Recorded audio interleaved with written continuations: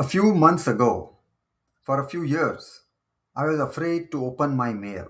I was afraid to go to the mailbox and get my mail. Not because I didn't want to, but I was afraid that there could be an email from the lawyer. There could be a letter from the banker, and they could ask me to give up everything. This was all because a few years ago I acquired a business for $4.5 million. dollars. And when I did that, I thought I had made the best decision in my life. It was dream come true for me. But what happened next was totally different. And that made me think, is the best decision in my life was really the best? How do I deal with the failure and how do we come across that gap of failure to success? And I'm going to tell you through my story that exactly what happened to me. But before we go there, welcome to this channel. My name is RJ, and in this inaugural episode of Brink to Breakthrough channel, I want to share my difficulties that I went through, and then how did I navigate through that, all my story. But before we dive into the details of this particular story, let me give you a quick background. I am an engineer originally from India. I migrated to the US for almost 25 years now. So it has been a long time. And interestingly, when I was in India, when even startup was not really known as, some buzzword, I had my own software company started. However, when I came to India, I came to the US, I missed that. So deep down in my heart, I wanted to have my business. But when I migrated to US, I went into studies. I did my masters and I did into IT industry. I went ahead and basically it was a successful life for almost 25 years. I had successive all the steps that need to be check mark was there. I studied, I got a job, I have family, home, things like that. But deep down, as I said, in my heart, that entrepreneurial spirit was still there, and I wanted to have business of my own. So now that in my 50s, I thought I need to do that. And meanwhile, there were some opportunities. So I started looking into it and I came across an opportunity that business was making about $2 million in revenue, and it was available for a 4.5 million acquisition. And interestingly, that could happen without spending a dime from my own pocket. I can show you how to handle this kind of negotiation, how come up with those deals. But that is for another separate episode. Let's keep it. So basically, I got this business and I was ecstatic. I thought I have made it. Unfortunately, the due diligence that was done. Of course, the bank did their own. I had my own a special accountant who is specializing in analyzing the accounts for acquisition. Everybody had approved this. However, the reality hit after a few months. We started having cash flow issues. Some of our customers that we were thinking that they will join did not came on board. Some of our existing customers started leaving, and the situation started getting dire and dire. And we came at a point where there was no way to pay to the bank the monthly payments. After paying all the operational cost and salaries, there's nothing left, including I was not taking even a dime myself. So it was difficult situation, and we started negotiating with the bank, and ultimately we came to a negotiation such that I got a lawyer. We started talking about what are the options, and then we suggested to the bank what can be done. And I must say that the bank was very considerate, and they agreed to certain terms, and it helped me ultimately to go through this difficult situation. Now I was at a almost had to declare a bankruptcy. I could be losing my home, so it was really a dire situation, as I said. But what I learned from that is that first and foremost, we should not be. I mean, I was in a turmoil. As I said, I was even afraid to read my mail. I was so much. There was so much anxiety. There was so much fear that I could not even think straight. And that's what one thing I learned. And I obviously, after all this situation, all this experience in the last 2 3 years, I started digging into some philosophy, some psychology, some religious books that I had never touched upon for some years. and I thought, I need to understand what is going on. Why did I make such a decision, right? I could have, was it my ego? Was it my obsession? What is it? So I started analyzing myself. But before that, I could not even think straight. And that thinking straight to coming up with a solution and all that, it's then I started putting all these pieces of puzzle into some picture, and I came up with something we call it Brink. So I was at a brink. I was about to give up everything. I thought, this is it. I am done with my life. It was that bad a situation. At least that's what I thought. But then, as they say, there is always a light at the end of the tunnel, and that's exactly what I found. Now, how did I find is what this Brink framework is what I came up with. Let me tell you very quickly. So before I misspeak just those points, I'll make sure that I have those ready. So BRINK, and first step is B for breathe. This is what I was telling you, that when you are in a turmoil, when you are so many things are going on, I was like constantly, since the day I get up, I start thinking about, oh, what will happen today? What about this? What about that? Who do I pay? How do I arrange this payment? Things like that is constantly bothering you when you are in such a situation. I recently saw, by the way, that F1 movie, and you might have seen some of these pictures or videos or even otherwise.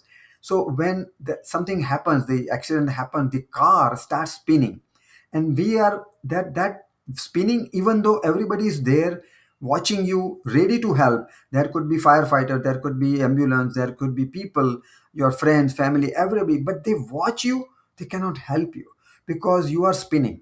That was the situation I was in. So the first thing is that spinning car has to come to a halt. It has to stop. Then everybody will rush and say, let's see how what can be done, right? How can we help? And the driver also can analyze, like, where am I? What can be done? Is there any way out? Or this door doesn't open, maybe windshield, things like that. That's what I was in. I was not thinking straight because I was spinning. I was thinking about, oh, this will happen, that will happen. I need to do this. I need to respond this. I don't want to respond this. I was trying to hide my things that I need to respond to, things like that. So the B for breathe will take you a step back and analyze the situation. So the B, definitely you need to breathe slowly, understand the situation. Then comes R. R is to review reality. Now, what do you want to review? Once you are at a standstill, now you can check around, what is a possible scenario, what is the possible exit, right? So that's what I started doing. I started calling lawyers, I started talking to the bankers and say, hey, this is the situation. They were very considerate, I must say. They were very understanding, wise, and they are not like, hey, this is it. So by the way, before I forget, I did one major mistake in this whole situation. When I said I got a loan from the bank, I did one thing, and I highly suggest you do not do that. Is I gave a personal guarantee, like unconditional, unlimited personal guarantee. Who in the right mind would do it? That's the question I am asking myself. And now that I can, I'm thinking straight. But as I said, maybe it was my ego, maybe it was my blindsided, or it was a destiny. Who knows? But that's what happened. So, coming back to this situation, I started navigating through that, reviewing reality. I started getting out of the situation, and we started negotiating with the bank. And fortunately, I'll cut it short for now, but we were able to negotiate to a point that I arranged some money. We paid a certain amount, and at least at this point, I do not have to worry of losing any of other on my assets. So that's the current situation. Now back to our brink. So B is for breathe, R is to review reality, and I is to integrate what matters. So now from this analysis, I learned, like, what are my lessons, right? I need to integrate this now going forward. What I do in even other areas, I need to integrate those lessons, those answers that I learned from that learning. So that is I. And then R is to navigate through new choices. So now with the blend of that experience, which was not so good to have, but had it, And the way out of it, the solution, that whatever way it worked, and now I can see the things that I should not do and the things I should have done, both things to combine, because now I can think properly. Now I need to apply these lessons into the new ventures or new opportunities, new positions, things like that. It doesn't mean only for business, it could be general in life also, right? So that is for navigating through new choices. And then lastly, K is to keep rising.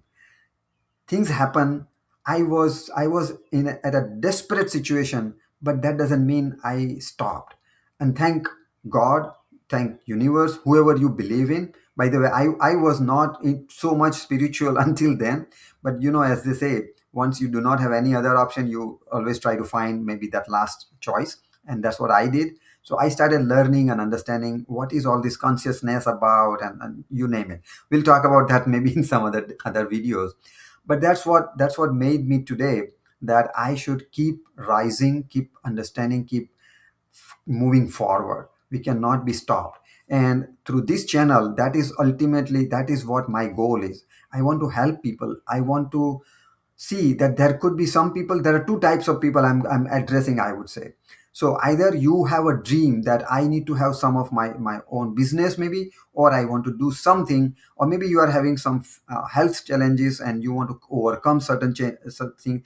It could be in any area, but you are having that situation, you are at a brink. My point is, I learned that there is a breakthrough possible. So don't lose hope. There is a breakthrough possible. And the other side is, they're always at a brink, meaning not taking a step forward. So for me, had this been a great choice, my $4.5 million business could have been 5 6 7 million dollar business also, right? That is another side of it, and I could still be talking about it.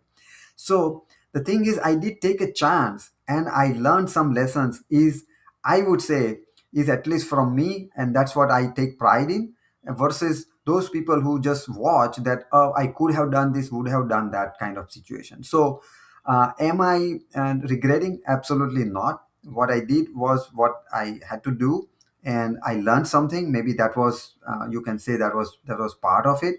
So my ultimate message is, do not do not stop living your dream. Try to see what can be done.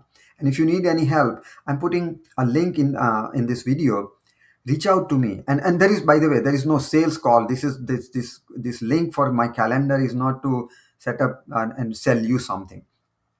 I want to make sure one thing, that if I had talked to somebody at my time, if I had talked to somebody, if I had at least brainstormed some of those things, I did do that, but not to that level, that who had gone through this kind of situation.